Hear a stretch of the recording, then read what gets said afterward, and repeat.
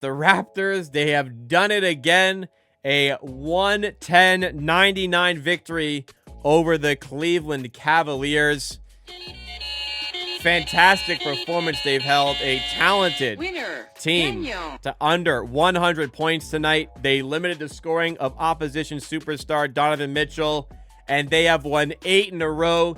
They have further solidified themselves as the 2 seed in the Eastern Conference. It wasn't a great first half. They finished it strong and put up an excellent second half and come away with what was, in the end, a much-deserved win. Huge night on offense for Brandon Ingram. Huge night on defense from Walter and Shead. Let's break down why, recap the game, and get you ready for what's ahead for this Raptors team.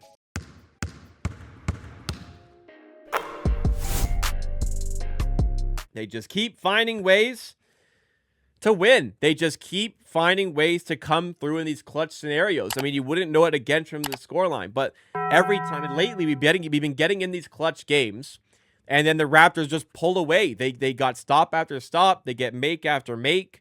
The only one I can recall that stayed tight was the game against the Charlotte Hornets, but you can look at the Brooklyn game. It was tight late in the clutch. They win by 10. Washington was not clutch scenario. Philly, it was tight late. They win by 9. Charlotte, only 2. Cleveland, it was tight late. They win by 13. They've just been finding ways to get through in the clutch. The Raptors, coming into tonight, had the best half-court offense in the entire freaking National Basketball Association. After tonight, I would kind of suspect it's still the best. If not, it'll be one of the best. And there was just so many good performers for the Raptors tonight. The Cavaliers, rather curiously, treated this game as an opportunity to rest a lot of players. They, too, were on the second night of the back-to-back, as the Raptors were. The Raptors, in a little bit of a different scenario where they don't have to travel. The Cavaliers have to travel from Cleveland. They have to go through customs, all that. Maybe that plays into it a little bit. But it still was a little bit of a curious decision by the Cavaliers to rest a lot of their players and keep so many players out of the game.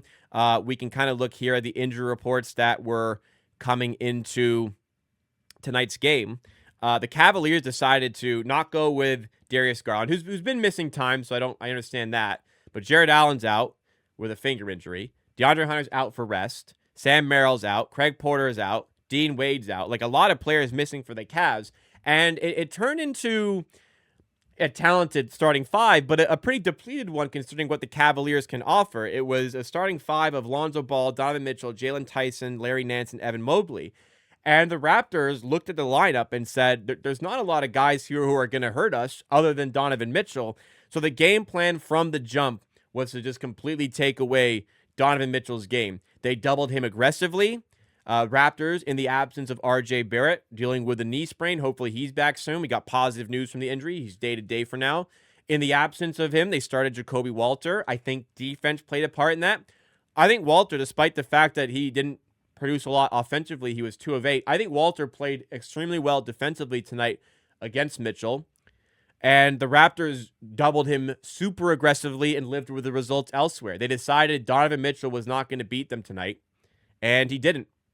He finished with 17 points. He had 5 in the first half. He had none in the second quarter. He was 6 of 20, and he's minus 22, the lowest plus-minus in the game. Evan Mobley couldn't create a lot.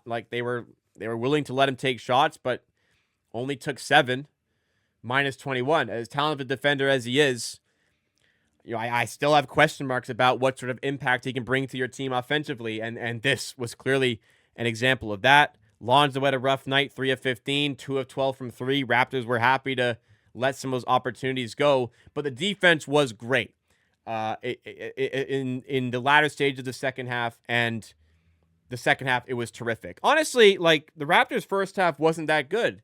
The offense wasn't really clicking. First quarter, it was mostly threes were falling, but the threes weren't falling. The Raptors found it tough. And then the Cavs went up 52-44. It kind of felt like we were lucky to only be down 8 points midway through the second, or late in the second quarter. But then the Raptors offense turned it on, led by Brandon Ingram, and they were just dominant on the interior. In the end, it wasn't the 3 ball that saved us. It was the interior game and Brandon Ingram. Brandon Ingram went 15 of 30 for a Raptors career high, 37 points. He was 5 of 11 from 3. Time after time, when we needed a big bucket, he was the guy to provide that. And for so many, I always say this, but for so many years, we needed a guy like this in the team.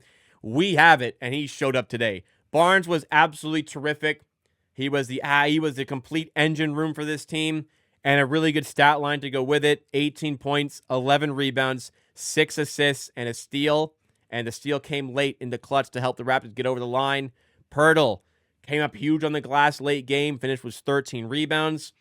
As much as Quickly shot the ball poorly from 3, when the Raptors had that 13-2 run to end off the first half and turn that 52-44 deficit into a 57-54 lead at half, Quickly came up with some big shots to help the Raptors get there. Like I said, not Walter's best night offensively, but I thought his defense was great. Off the bench, Mamu, terrific as ever. 12 points, plus 7, 9 rebounds. Murray Boyles was solid.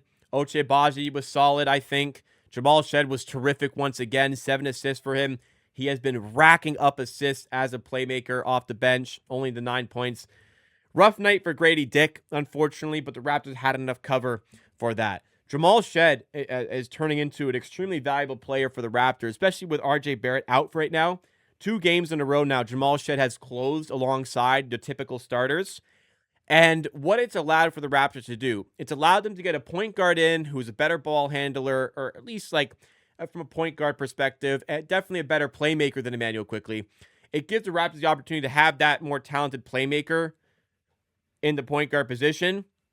And it also allows for Immanuel Quickley, and maybe his more natural role as the 2 guard, to play a bit more off ball. Helps create some additional space. Also doesn't hurt that Shead is able to knock down a 3 or 2 every game. We leaned heavily on Brandon Ingram, and he just cooked. I mean, he just absolutely, positively cooked. There's nobody else, I think, who can be getting the chain tonight for the Raptors. Brandon Ingram was terrific. I got to say, game plan, schemes, it wasn't the prettiest first, I don't know, 18 minutes of this game. But once the offense started clicking, the Raptors defense held it down. I mean, honestly, with the way the Raptors offense was looking for the first kind of section of this game, kind of felt like, the Cavs were going to run away, but the defense kept us in it overall. And once the offense started to click, we did not look back. The Cavaliers only go 41% from the field, 29% from 3. Raptors out-rebound them by 14. They get 6 extra offensive rebounds. Honestly, turnovers, one of the only things that was hurting us a lot in the early goings. Committed 4 more than they did, but we managed to hold it down in all these other categories. It was just an amazing game, an amazing second half by the Raptors to get over the tough team another time. That is, like I said, 8 wins in a row for the Raptors.